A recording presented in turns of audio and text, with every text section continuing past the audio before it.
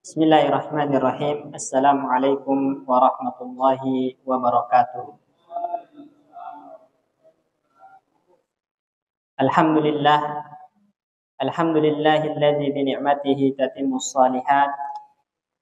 Wassalatu wassalamu ala sayyidina Muhammadin wa ala ali sayyidina Muhammadin. Salatan takunu biha lillahi ridhaan wa lihaqqin nabiy sallallahu alaihi wasallam adaan. Rabbana 'allimna ma yanfa'una wanfa'na bima 'allamtana wa zidna ilma. Allahumma la sahla illa ma ja'altahu sahlan wa anta taj'alul hazana in syi'ta sahla. Rabbi shrah li sadri wa yassir li amri wahlul 'uqdatam min lisani yafqahu qawli. Ikhwatal iman, jamaah kaum muslimin, teman-teman yang dimuliakan oleh Allah Subhanahu wa taala. Alhamdulillah, di sore hari ini dengan karunia hidayah dan taufik dari Allah Subhanahu wa taala, kita bisa kembali hadir duduk di majelis ilmu. Allah menggerakkan hati kita untuk hadir duduk di salah satu rumah dari rumah-rumahnya dalam rangka mudarasah, dalam rangka mengaji, menuntut ilmu, yang mana Al-Imam An-Nawawi rahimahullahu ta'ala dalam syarah Sahih Muslim mengatakan, inna awla ma yunfaku fihi nafaisul awqat talabul ilmi.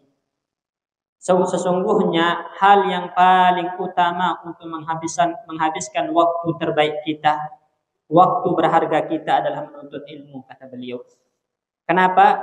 Li'annal ilma asasu qabulil amal wa tariqun ilal jannah. Karena ilmu itu sendiri adalah merupakan fondasi diterimanya amal oleh Allah Subhanahu wa taala dan juga jalan menuju surga. Sebagaimana baginda Rasulullah sallallahu alaihi wasallam dalam hadis mengatakan, "Man salaka tariqan yaltamisu fihi ilman, sahalallahu lahu bihi tariqan ilal jannah." Barang siapa yang Allah mudahkan jalannya menuju surga, barang siapa yang Allah mudahkan jalannya menuntut ilmu, maka Allah mudahkan pun jalannya menuju surga. Baik teman-teman sekalian, insyaallah kita akan lanjutkan kembali pembacaan kita atau kajian kita terhadap kitab Qawaid Qur'aniyah, kaidah-kaidah yang terdapat di dalam Al-Qur'an yang berkaitan dengan jiwa dan kehidupan kita, yang mana kita akan masuk ke kaidah yang keempat. Ya, kaidah yang keempat. Berkata di sini penulis hafizahullah taala, al-qaidatur rabi'atu, kaidah yang keempat, balil insanu ala nafsihi basirah walau alqa ma'adzirah. Sesungguhnya setiap orang itu lebih tahu tentang dirinya sendiri. Ya, setiap orang itu lebih tahu tentang dirinya sendiri. Apakah setiap tindakan yang dia lakukan itu maksiat atau ketaatan?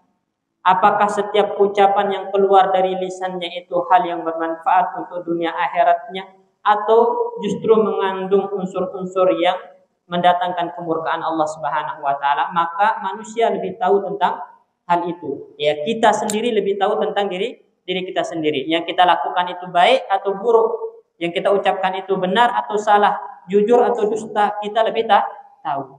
Walau alqa ma'adzirah, meskipun mereka orang-orang ini melontarkan beribu alasan untuk membenarkan perbuatannya, melontarkan berbagai macam udzur untuk membenarkan tindakannya, tapi hati kecilnya itu pasti mengakui kalau yang dia lakukan itu keliru atau salah, walaupun dia berusaha untuk mencari pembenaran. Nah, maka manusia itu lebih tahu tentang dirinya. Berkata Syekh di sini, hadhihi qaidatun min qawaidit ta'amuli ma'an nafsi. Kaidah ini termasuk salah satu dari kaidah-kaidah yang kita gunakan untuk bermuamalah dengan jiwa kita, bermuamalah dengan diri kita. Jadi muamalah itu kan ada muamalah bersama Allah yang menciptakan kita, ada muamalah bersama orang lain, ya, karena kita ini makhluk sosial yang senantiasa butuh interaksi dengan orang lain. Ada juga muamalah dengan diri kita sendiri. Nah, bagaimana cara kita bermuamalah yang baik dengan diri kita sendiri? Salah satu kaidah yang mengajarkannya adalah ayat ini. Balil insanu ala nafsihi basirah walau alqa ma'adzirah. Saya mengatakan di sini wa wasilatun min wasaili ilajiha min adwaiha. Jadi kaidah ini atau ayat ini adalah salah satu cara untuk mengobati jiwa yang terluka. Maksudnya terluka bukan secara fisik ya, tapi jiwa-jiwa yang buruk, jiwa-jiwa yang menentang itu bisa diobati dengan memahami kaidah ini. Ya. Sekaligus kaidah ini kata Syekh adalah sulamun litartaqa fi maraqit tazkiyah. Itu sebagai tangga untuk sampai kepada titik ya tertinggi dari kesucian jiwa. Ya. Kenapa? Karena jiwa yang suci, jiwa yang bersih itu adalah jiwa yang Allah Subhanahu wa taala sukai. Makanya Allah katakan qad aflaha man zakkaha. Sungguh beruntung orang yang mensucikan jiwanya. Sungguh beruntung orang yang membersihkan jiwanya, membersihkan dirinya dari hal-hal yang tercela, baik itu perbuatan maupun ucapan. Ya, terutama ucapan ini teman-teman sekalian ya. Ya, hal yang pertama kali kita perbaiki dari kita ini adalah ucapan.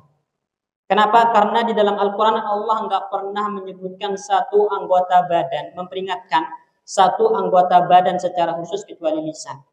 Sebagaimana firman-Nya, ma yalfidhu min qaulin illa ladaihi raqibun atid, kata Allah. Tidak ada sepatah kata pun yang terucap dari lisan kita itu kecuali dicatat. Ada malaikat yang siap untuk mencatatnya, malaikat raqib dan atid. Allah nggak pernah menyebutkan tangan, menyebutkan kaki akan dicatat perbuatan-perbuatan yang enggak.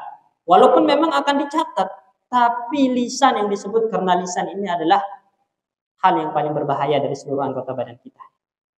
Kenapa?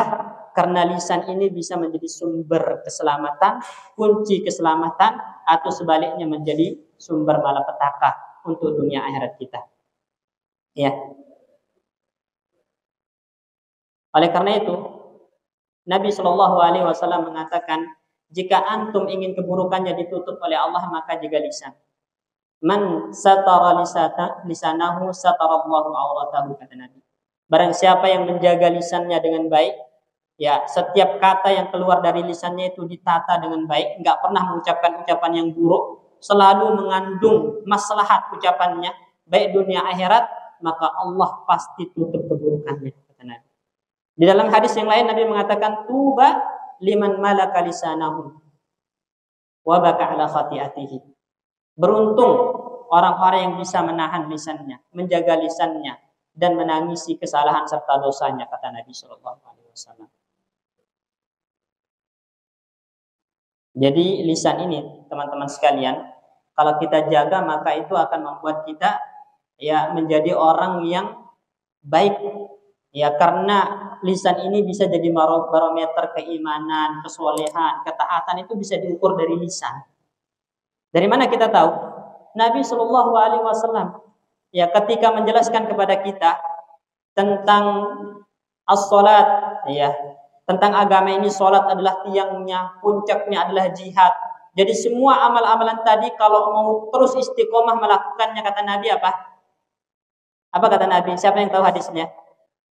Jadi kalau ketika Nabi menjelaskan tentang salat itu adalah tiang agama, puncaknya adalah jihad fisabilillah. Kemudian hal adulluka ala malaki zalika kullih. Mau aku kasih tahu, kata Nabi, hal yang bisa menguatkan semua tadi. Artinya kalau sholat istiqomah sholatnya, jihadnya istiqomah, semakin kuat ibadahnya, apa yang bisa menguatkan itu? Qur'an kahada, kata Nabi, jaga lisan. Jaga lisan. Itu. Jadi lisan itu kunci keistiqomahan, barometer kesolehan dan keimanan. Ya, makanya sahabat yang mulia Abdullah ibnu Abbas mengatakan, la yastaqimu imanu abdin hatta yastaqima qalbuhu, wa la yastaqima qalbuhu hatta yastaqima lisan. Iman seorang hamba itu tidak akan istiqomah, tidak akan baik kecuali hatinya baik dulu. Kalau hati ini ya juga bergantung kepada bagaimana lisan. Jadi hati ini tidak akan baik, tidak akan istiqomah kecuali lisan baik dan istiqomah lebih dulu. Makanya jaga lisan ini. Ya, jangan sembarangan kita berbicara.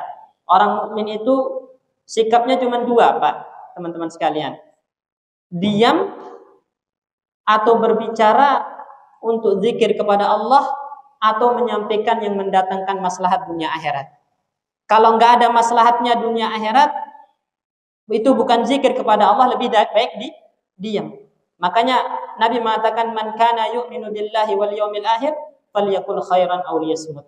Siapa yang beriman kepada Allah, kepada hari kiamat dengan surga serta nikmatnya, neraka dengan azabnya, ucapkan yang baik-baik.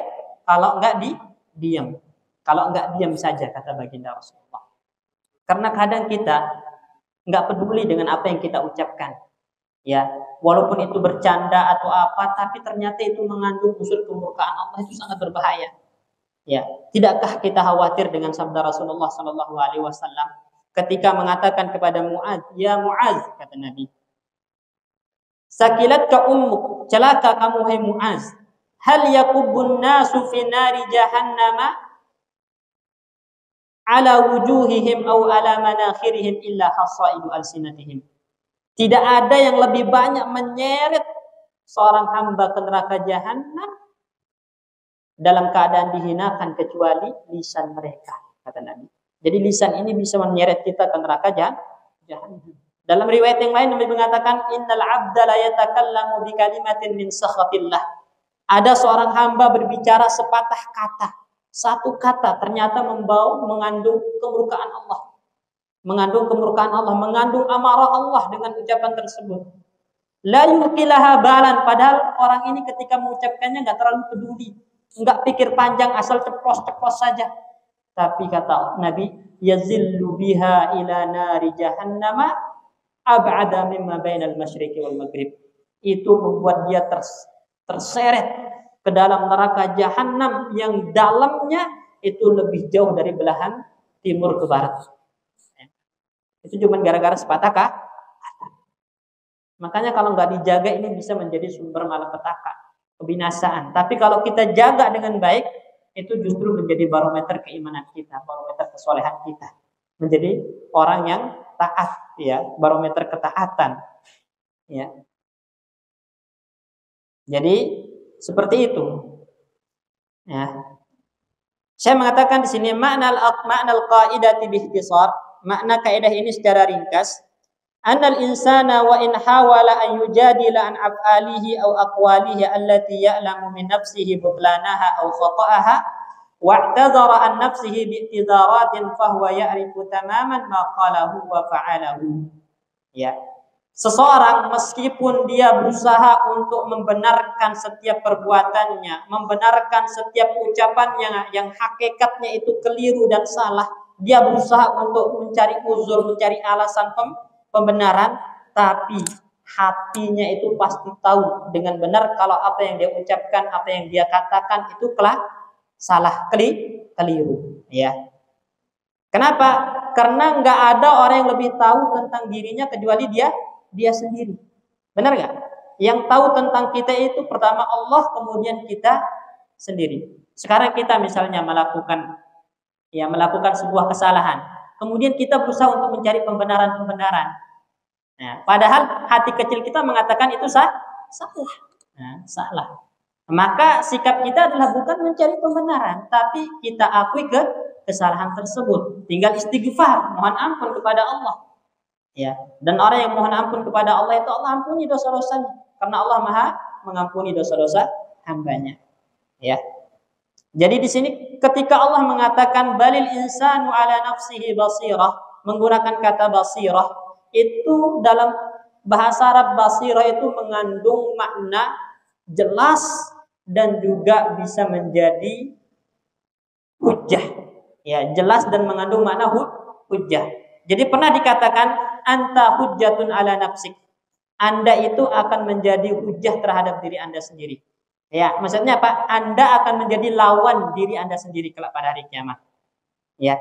Sekarang kita mungkin bisa mencari uzur. Lisan ini mungkin bisa menjadi uzur. Antum misalnya melakukan kesalahan.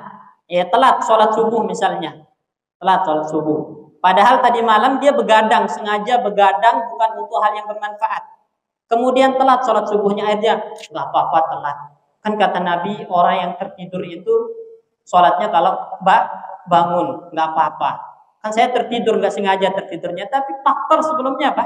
Nggak dilihat. Kalau dia begadang dengan sengaja untuk yang tidak bermanfaat, kemudian pas menjelang subuh dia tidur, bukan nunggu subuh dulu baru sholat. Kemudian setelah dia paham kalau tindakannya itu keliru, akhirnya dia cari pembenaran. Dia cari pembenaran, dan ini nggak benar. Nggak benar. Lisan kita di dunia mungkin bisa cari pembenaran, tapi di akhirat kita akan menjadi musuh untuk diri kita sendiri. Ya, kita akan menjadi lawan untuk diri kita sendiri. Lisan ini nanti justru akan dikunci rapat pas hari kiamat. Ya. Allah mengatakan al-yauma nahtimu ala afwahihim, kata Allah.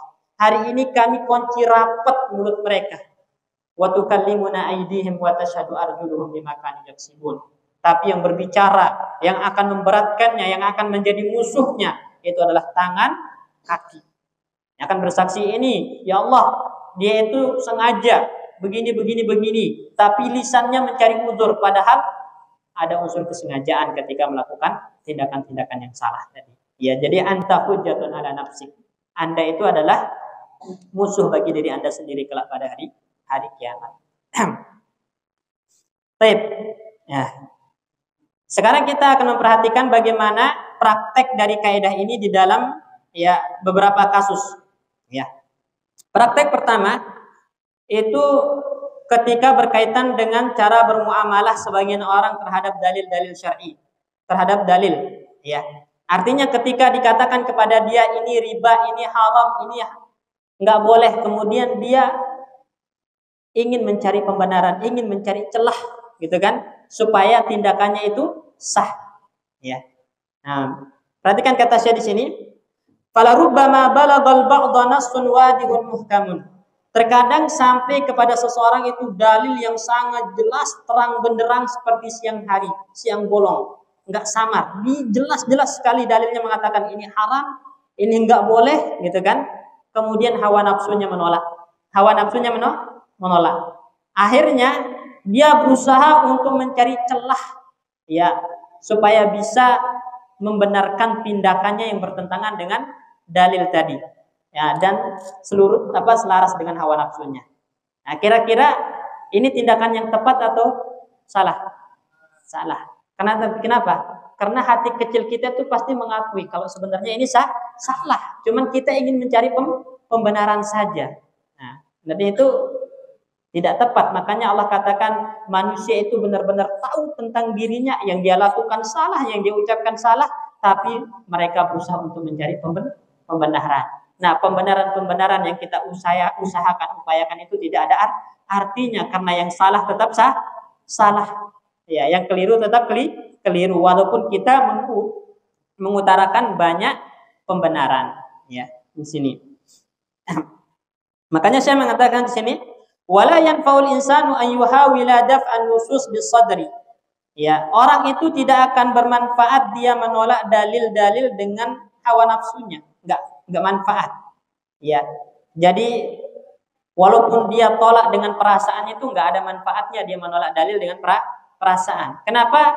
Karena hati kecilnya sendiri pasti tahu kalau itu salah. Ya.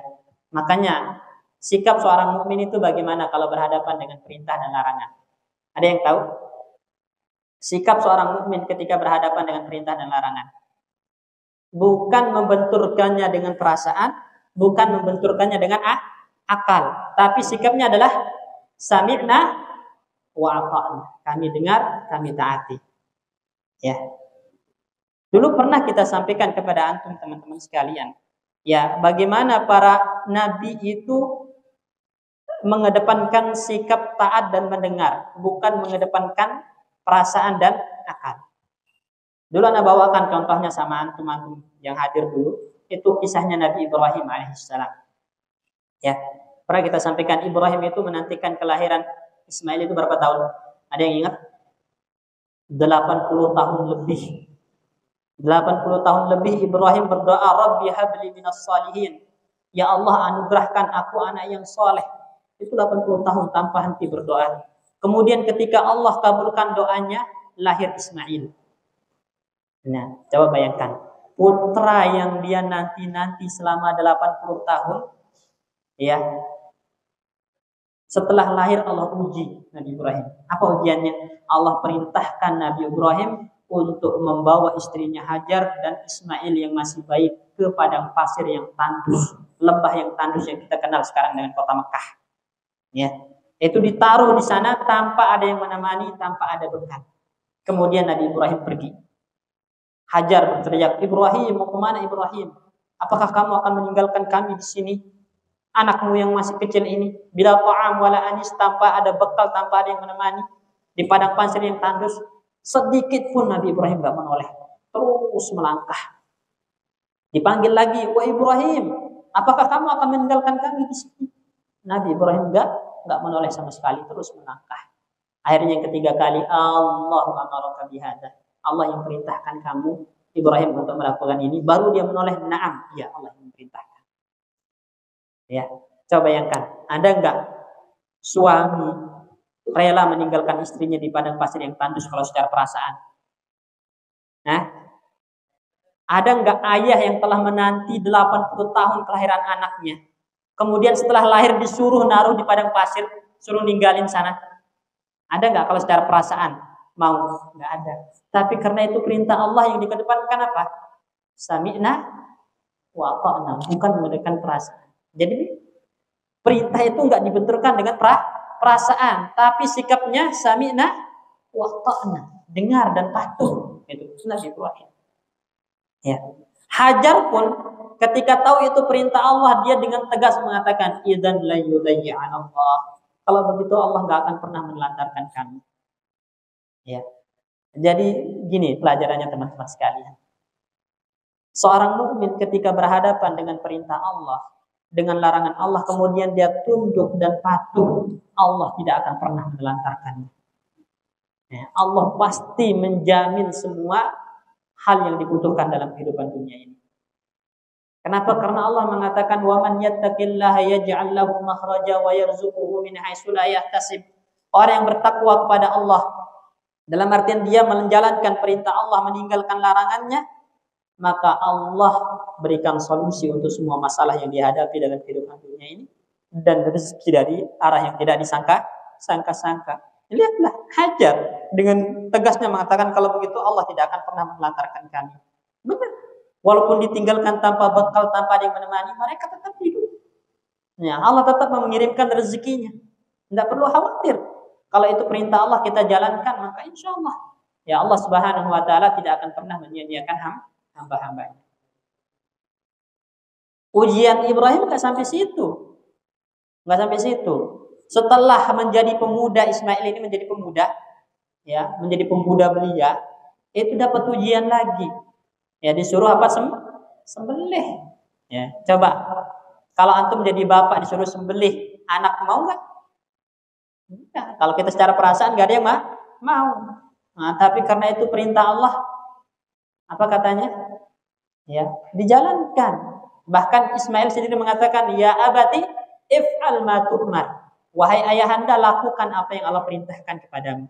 Ismail aja sendiri mau karena itu perintah Allah. Makanya sikap ketika berhadapan dengan perintah Allah itu bukan dibenturkan dengan perasaan, bukan dibenturkan dengan akal, tapi sami'na wa ata'na, dengar dan patuh. Ini. Di sini Allah mengatakan, "Fala wa rabbika la yu'minuna hatta yuhaqqimuka fima shajara bainahum, thumma la yajidu fi anfusihim harajan mimma qadaita wa yusallimu taslima." Demi Rabbmu. Ya, jadi demi Rabbmu, la yu'minun, mereka itu tidak dikatakan beriman hatta yuhaqqimuka fima shajara bainahum, sampai mereka menjadikan kamu wahai Muhammad penengah di tengah penengah, ya atau ya hakim, ya yang menghukumi perselisihan di antara mereka. Ya, jadi kalau ada perselisihan itu kita dituntut untuk mengembalikannya ke hukum Rasulullah, ya kan? Fa in tanaza'tum farudduhu ila Allahi wa rasulih. Jika kalian berselisih, kembalikan, ya, cari solusinya kepada Allah dan Rasulnya. Nah, kalau mereka berselisih kemudian mereka tidak menjadikan kamu penengah wahai Muhammad, atau dijadikan penengah, kemudian mereka itu enggak terima dengan ketetapanmu, mereka enggak terima dengan hukummu, maka mereka itu tidak dikatakan beriman. Apa artinya di sini? Jadi kalau kita masih ada yang mengganjal di hati ini ketika berhadapan dengan perintah Allah dan Rasul, belum dikatakan beriman dengan iman yang sebenarnya. Ya. Jadi kalau antum misalnya diperintah nih, dilarang. Rasulullah Shallallahu alaihi wasallam mengatakan wa ahallallahu al-bai'a wa harrama riba. Allah menghalalkan jual beli dan mengharamkan riba. Kemudian antum bekerja di instansi yang ada ribanya, ribanya. Di situ keuntungan duniawi yang sangat banyak. Kemudian setelah sampai ayat itu mengatakan, masa sih nggak benar ini? Nah, gitu kan?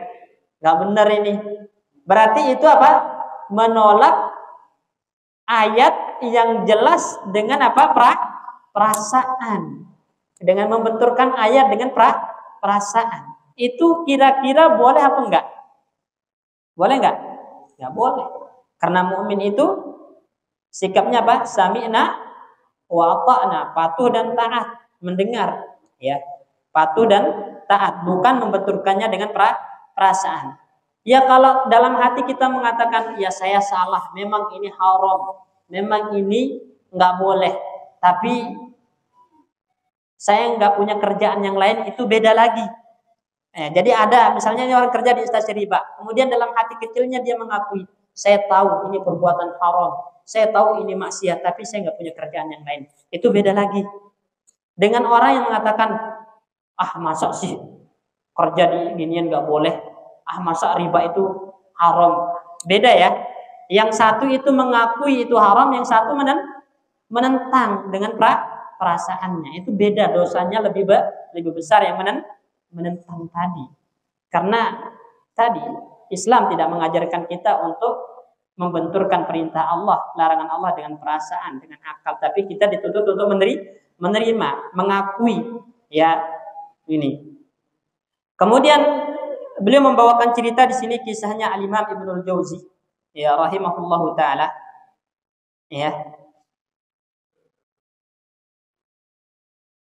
Beliau mengatakan di sini, qala ba'dul mu'tabirin, sebagian orang mengatakan, qadirtu marratan ala lazzatin zahiruha at-tahrim wa tahtamilul ibahah.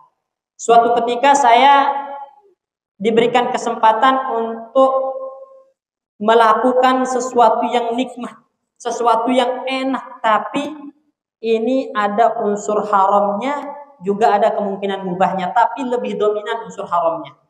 Coba bayangkan di sini ada kenikmatan, perbuatan yang nikmat, dominan haram, walaupun ada unsur mubahnya. Dominan haram. Idzal amru fiha mutaraddid. Jadi saya ragu-ragu ini, apa saya lakukan atau tinggalkan? Maka fajahatun nafsa, aku berusaha untuk memaksa diri saya untuk meninggalkannya. Tapi tiba-tiba bisikan datang. Kamu itu tidak bisa dikatakan meninggalkan yang haram, itu sampai kamu mendekat dulu, udah mampu melakukannya, kemudian baru ditinggalkan. Itu baru dinamakan meninggalkan. Maka saya pun melakukannya. Saya mendekatinya, kemudian saya meninggalkannya. Keesokan harinya kesempatan itu datanglah lagi. Saya dekati, bukan malah meninggalkan, tapi terjatuh. Lihatlah, tipu daya iblis begini, teman-teman sekalian. Tipu daya iblis begini. Misalnya, iblis itu nggak langsung mengatakan, membuat antum terjatuh dalam yang haram. Kayak tadi, dia ada kesempatan untuk melakukan haram. Kemudian dibisikin iblis, antum kalau meninggalkannya sekarang itu nggak dihitung meninggalkan, katanya. Kenapa? Karena yang meninggalkan itu harus mendekat dulu. Kalau udah bisa melakukannya, kemudian dia tinggalkan. Itu baru namanya meninggalkan. Kalau sekarang kan masih jauh tuh, harus dekat-dekat dulu, kata iblis. Hawa nafsunya dibisikin gitu, dekat-dekat dulu. Pas kalau udah bisa melakukannya dan antum tinggalkan, itu baru meninggalkan. Akhirnya dia bisa untuk hari pertama seperti itu. Hari kedua dapat kesempatan lagi. Dia dekatin, malah terjatuh dalam yang haram tadi. Bukan ditinggalkan, malah terjatuh. Nah, jadi nggak langsung dibikin jatuh, pelan-pelan dulu. Nah, makanya antum tahu bagaimana kisah, bagaimana awal mulanya terjadi penyembahan terhadap patung? Tahu nggak? Dulu Ibnu Abbas mengatakan dulu ya orang-orang dulu itu iblis datang membisikkan. Setelah generasi orang-orang solehnya meninggal, iblis datang membisikkan, bikin patung orang-orang soleh kalian. Tujuannya apa? Dengan melihat patung mereka itu kalian akan termotivasi ibadah. Seperti dulu mereka beribadah. Oh, ketika kita melihat patungnya, oh masya Allah pendahulu kami itu orang-orang soleh, kuat beribadah. Akhirnya termotivasi, dibikinlah patungnya. Itu setelah generasi ini mati semua, ada generasi baru, datang iblis membisikkan. Dulu bapak-bapak kalian, moyang kalian itu menyembah patung-patung ini. Mulailah terjadi penyembahan terhadap patung. Jadi nggak langsung menyembah patung, ya. Iblis itu benar-benar sabar kalau dalam menyesatkan manusia. Dia nggak mencari hasil yang instan, tapi pelan-pelan. Makanya ibarat di dalam Al-Quran itu kan khutuwati syaitan, langkah-langkah syaitan. Jadi sedikit demi sedikit dalam menggelincirkan. Nah, makanya ini. Setelah dia terjatuh dalam hal yang haram tadi, maka dia mendapatkan ada kegelapan di hatinya. Jadi hatinya semakin keras. Nah, jadi ini teman-teman sekalian, hatinya semakin keras. Makanya maksiat itu kata Rasulullah SAW itu apabila seorang hamba melakukan maksiat, nukitat fi qalbihi nuqtatun sauda. Ada bintik-bintik hitam di hatinya. Semakin dia bermaksiat, semakin banyak bintik-bintik hitam di hatinya. Kalau udah semakin banyak bintik-bintik hitam itu, maka hati mati, keras hatinya. Kalau hati itu udah keras, kalkuzi mujahiyah, seperti gelas dibalik, kata Rasulullah. Ya, antum tuangan air nggak akan bisa masuk airnya, karena dibalik. Begitupun antum nasihati, antum sampaikan ayat Al-Quran, hadis Nabi mental, nggak ada faedahnya. Maka celaka orang-orang yang telah mengeras hatinya. Celaka. Ya. Jadi mengeras hati itu nggak langsung gitu loh. Cuma ada tahapannya sedikit demi sedikit. Nah, sekarang kita nggak sadar kalau hati kita mulai mengeras. Itulah kenapa ayat-ayat semacam ini butuh untuk melunakkan hati. Ya. Butuh untuk apa? Melunakkan hati ini. Karena tadi hati itu butuh ditazkiyah, butuh disucikan dari hal-hal semacam ini sehingga dia menjadi hidup kembali, ya. Ini. Kemudian saya mengatakan di sini, ya. Selanjutnya contoh yang kedua, ya, adalah anna minan nasi man syughifa iyadan billah bi taqabbi akhta'in nas wa uyubihim ma'a ghablati an uyubi nafsihi. Sebagian orang ada yang tersibukkan, ada yang senang mencari kesalahan orang lain, tapi lupa dengan kesalahan dirinya sendiri. Padahal tadi kan disebutkan, balil insanu ala nafsihi basirah. Manusia itu lebih tahu tentang kesalahan dia sendiri. Tapi kadang kita lupa kalau kita ini banyak salah, lebih senang mencari kesalahan orang lain. Maka ayat ini mengingatkan kita, ente itu harus lebih sering ngitung kesalahan sendiri daripada nyari kesalahan orang lain, gitu maksudnya. Jadi ayat itu ingin nyampaikan seperti itu, bahasa gampangnya, ente itu harus lebih sering nyari kesalahan diri sendiri karena ente lebih tahu mana salah ente, ngapain sibuknya nyari kesalahan orang lain. Ini ya. Ya. Oleh karena itu Al-Imam Qatadah Ibnu Du'amah ketika menafsirkan ayat ini, balil insanu ala nafsihi basirah, beliau mengatakan idza syi'ta, ya, idza syi'ta, ya, wallahi ra'aitahu basiran bi uyubin nas wa dzunubihim ghafilan an dzunubihi hadza bila raibin min alamatil khudlan. Ya. Demi Allah, orang yang lebih tahu aib orang lain, dosa orang lain dan lupa aibnya sendiri, itu adalah tanda orang ini adalah orang yang hina, orang yang buruk di mata Allah. Ya, coba antum tahu ciri-ciri orang yang hina, orang tercela di mata Allah. Dia lebih tahu aib orang lain daripada aibnya sendiri. Dia lebih tahu dosa orang lain daripada dosanya sendiri. Padahal Allah mengatakan seharusnya dia lebih tahu tentang dosanya sendiri. Ya. Bakar Ibnu Abdullah Al-Muzani mengatakan, "Idza ra'aitum rajulan muwakkilan bi uyubin nas nasyan li aibihi fa'lamu annahu qad mukkira bihi." Jika kamu melihat ada seseorang yang tersibukkan dengan aib orang lain, dosa orang lain, dan lupa dengan aibnya sendiri, dosanya sendiri, maka ketahuilah kalau orang ini telah terperdaya, orang ini telah tertipu dengan dirinya sendiri. Ya, ini. Makanya, ya, nasihat yang disebutkan oleh Imam Syafi'i, ya, bahwasanya Abdul Malik ibnu Marwan berkata kepada Hajjaj ibnu Yusuf, ya. Jadi Abdul Malik ibnu Marwan ini salah satu khalifah Bani Umayyah, kemudian Hajjaj ibnu Yusuf ini gubernurnya, dan kita tahu Hajjaj ibnu Yusuf ini dia adalah orang yang gemar menumpahkan darah, gampang menumpahkan darah ulama, ya. Ini, jadi dia gampang membunuh penguasa yang gampang menumpahkan darah, itu Hajjaj ibnu Yusuf. Nah, makanya nasihati sama Abdul Malik ibnu Marwan. Ma min ahadin illa wa huwa 'arifun bi uyubi nafsihi. Tidak ada seorang pun kecuali dia lebih tahu tentang dosanya sendiri, tentang aibnya sendiri. Fa'ib nafsaka, maka cela dirimu sendiri. Jangan cela orang lain karena dosanya tapi lupa dosa diri sendiri. Cela dirimu sendiri karena dosamu. Wala tuhbi minha syai'a. Jangan sembunyikan dosamu dari dirimu sendiri. Artinya jangan simpan, tapi akui itu dosa di hadapan Allah. Ya, Allah akui.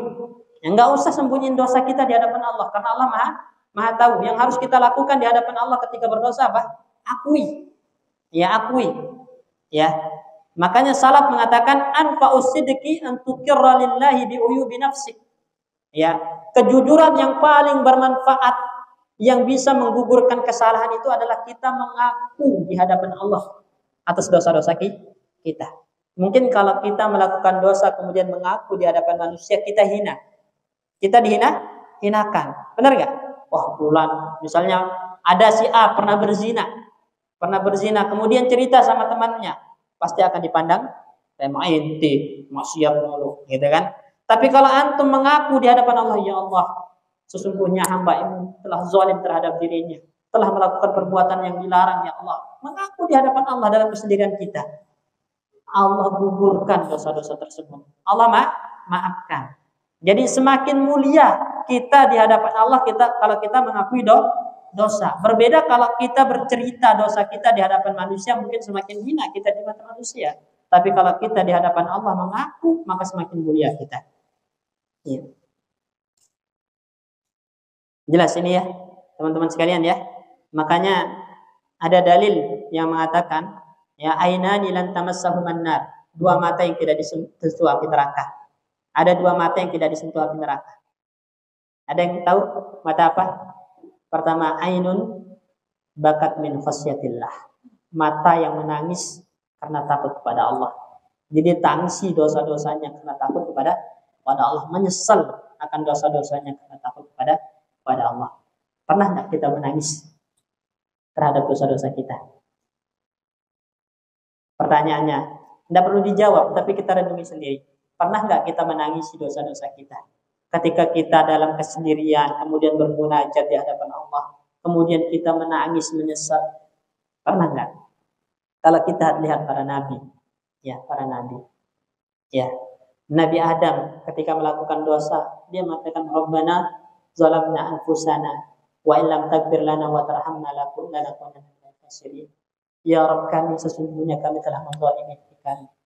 Jika Engkau tidak memberikan belas kasih kepada kami, tidak mengampuni dosa-dosa kami, maka kami termasuk orang-orang yang merugi, ya Allah. Itu Nabi Adam. Ya, Nabi Adam.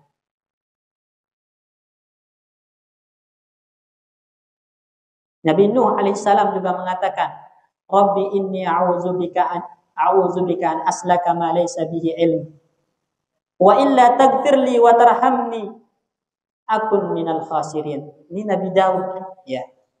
Nabi Nuh alaihissalam, ya Allah, jika Engkau tidak mengampuniku, katanya, Dan jika engkau tidak memberikan belas kasihmu kepadaku, maka aku termasuk orang-orang rugi, ya Allah. Nabi Musa, Rabbi inni zalamtu nafsi faghfirli. Ya. Nabi Musa mengatakan, Rabbku ya Allah, sesungguhnya aku telah menzalimi diriku ya Allah, maka ampuni dosaku. Ya. Jadi mengakui dosa di hadapan Allah itu sunnatul anbiya, sunnahnya para nabi. Ya, bukan sesuatu yang hina kita mengaku kesalahan kita di hadapan Allah. Justru kita semakin mulia. Makanya Allah katakan wa akharuna tarafu bi dzunubihim khalatu amalan salihan wa akhara sayyi'an asallahu an yatuba alaihim innallaha ghafurur rahim. Sebagian orang itu mengakui kesalahannya, mengakui dosanya ketika mereka mencampur antara amal soleh dengan amal maksiat. Jadi dia beramal soleh, ada waktunya juga dia bermaksiat. Tapi maksiatnya ini dia akui di hadapan Allah. Itarafu bidzunubihim, dia akui di hadapan Allah.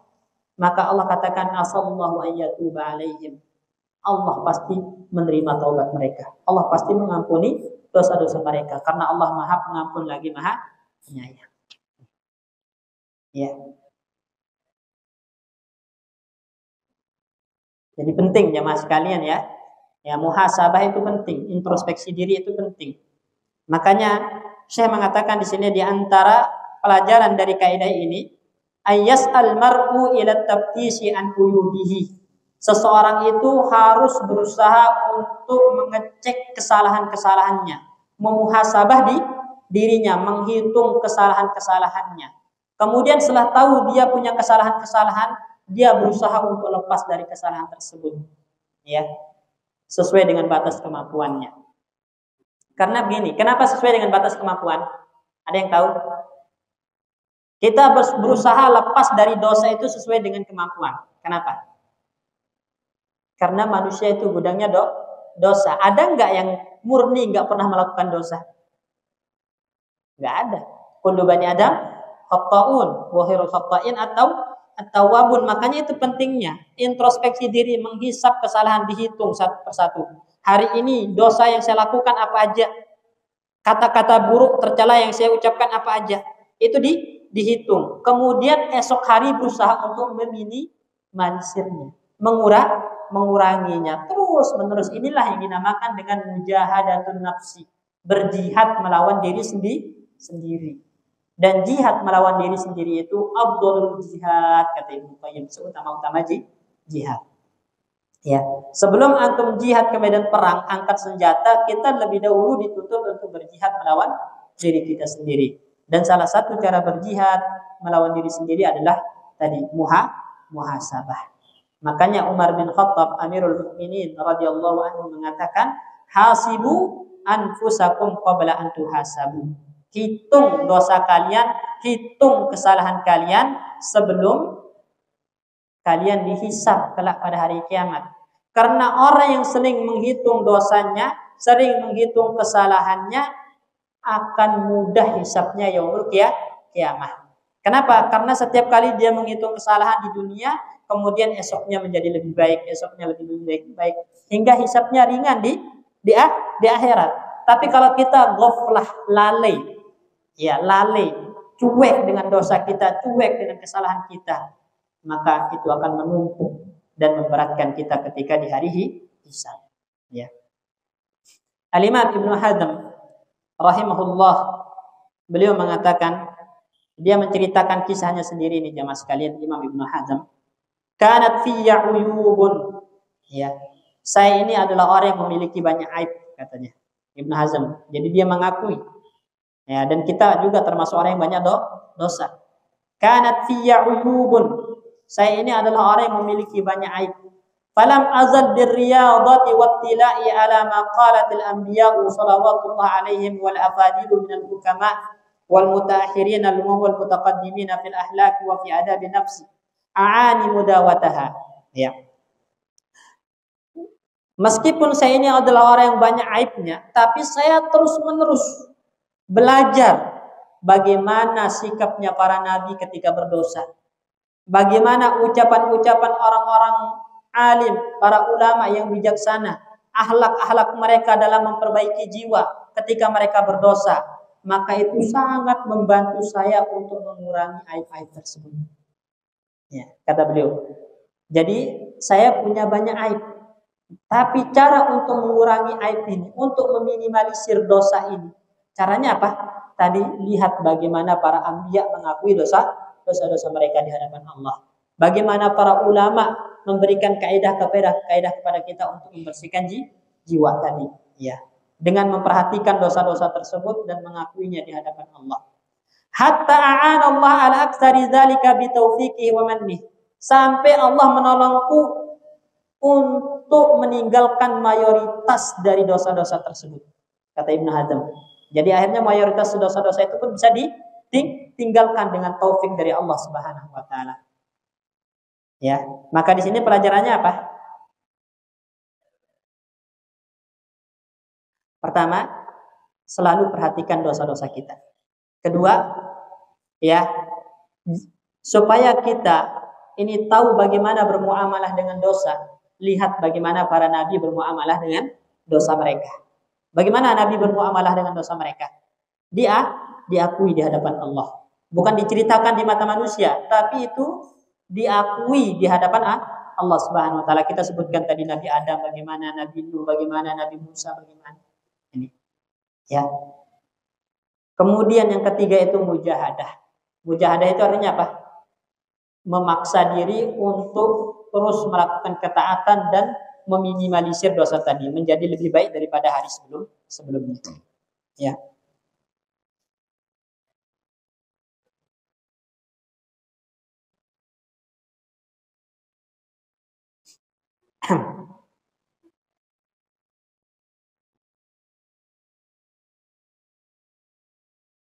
Baik, ya. Jadi kesimpulannya, ya, anta aqrabul khalqi ila nafsik.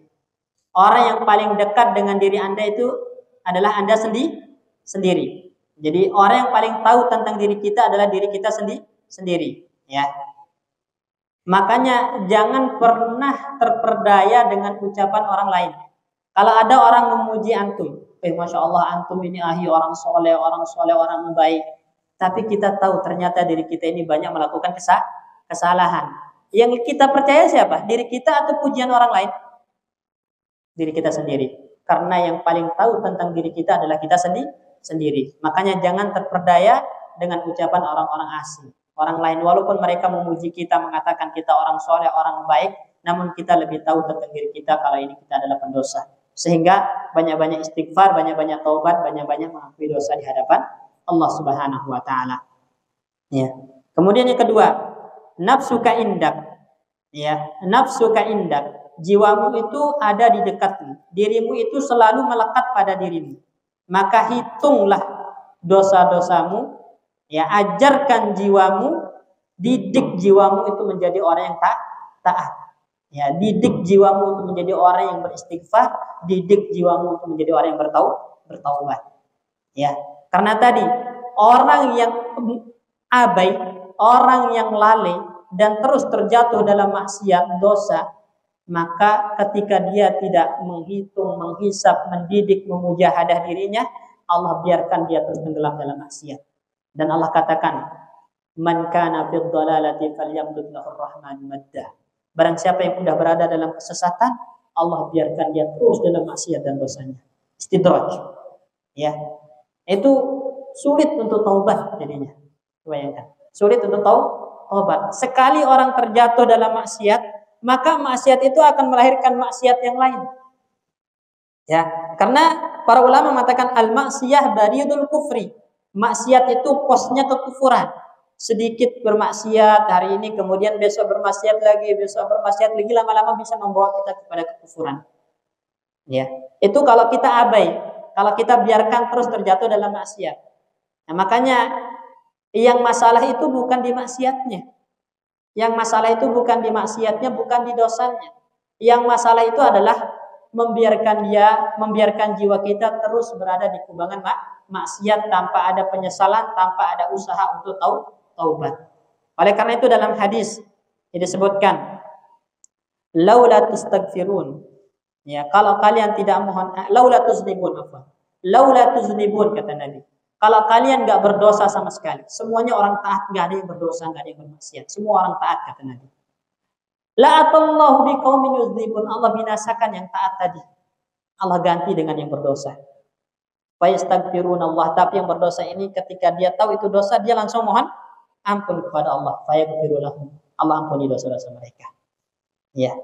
Jadi di sini seakan-akan Nabi mengatakan manusia itu pasti melakukan maksiat. Manusia itu pasti melakukan dosa. Jadi masalahnya itu bukan dia melakukan dosanya, karena manusia itu pasti melakukannya. Masalahnya adalah tidak bertaubat, tidak beristighfar, membiarkan dirinya terus berada di kubangan maksiat, lalai, abai, itu yang jadi masalah. Kemudian yang ketiga, jangan sibuk dengan aib orang lain, sehingga itu akan membuatmu lupa terhadap aib dan dosamu sendiri. Jadi sibukkan diri kita dengan aib sendiri, dosa sendiri, jangan melirik kepada dosa orang lain. Lebih baik kita hitung dosa kita, kemudian kita perbaiki, daripada harus membicarakan dosa orang lain, melirik dosa orang lain. Ya. Dan yang terakhir, ya, supaya jiwa ini menjadi jiwa yang bersih, jiwa yang taat, jiwa yang dekat dengan Allah, maka sering-sering melihat kepada kisahnya orang-orang soleh.